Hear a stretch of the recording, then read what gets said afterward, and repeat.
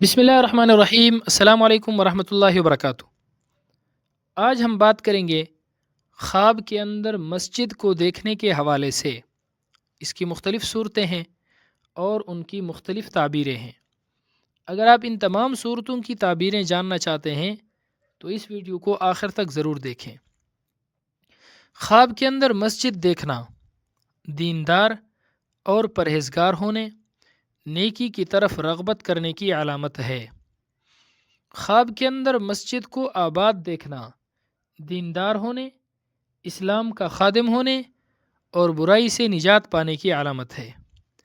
خواب کے اندر مسجد بنانا دین کی صلاح اور آخرت کے ثواب پر دلیل ہے۔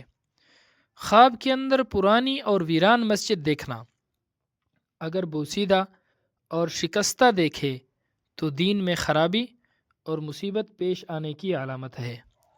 خواب کے اندر اگر شاندار اور خوبصورت مسجد دیکھتا ہے، شاندار بھی ہے اور خوبصورت بھی ہے، وہ مسجد دیکھتا ہے تو عالم دین بننے اور دین کی ترقی کی علامت ہے۔ خواب کے اندر مسجد کا چراغ بجھا دینا بیٹے کے فوت ہونے کی علامت ہے۔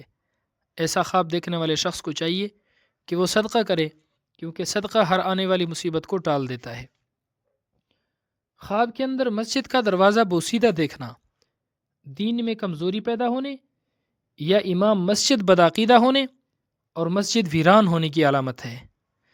خواب کے اندر مسجد کا دروازہ دیکھنا دیندار اور پرہیزگار ہونے، نیکی کی طرف مائل ہونے کی علامت ہے۔ خواب کے اندر مسجد کو بوسیدہ دیکھنا دین میں کمزوری ہونے کی علامت ہے۔ خواب کے اندر اپنے آپ کو مسجد کی صفائی کرتے ہوئے دیکھنا گناہوں سے دور ہونے، دین اسلام کا خادم ہونے، عزت اور بزرگی پانے کی علامت ہے۔ خواب کے اندر مسجد کی تعمیر ہوتے ہوئے دیکھنا، یعنی خواب میں دیکھتا ہے کہ مسجد کی تعمیر ہو رہی ہے یا مسجد بن رہی ہے اور بنتے ہوئے دیکھتا ہے، بنا رہا ہے یا کوئی اور مسجد بنا رہا ہے اور یہ بنتی ہوئی دیکھتا ہے۔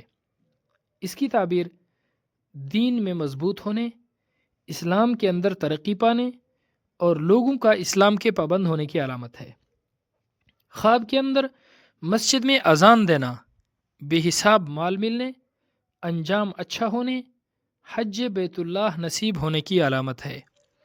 خواب کے اندر مسجد میں نماز پڑھنا سعادت دارین حاصل ہونے، دل خوش ہونے، دین و دنیا کی دولت پانے کی علامت ہے۔ خواب کے اندر مسجد میں جائے نماز دیکھنا حج اور عمرہ کرنے کی علامت ہے۔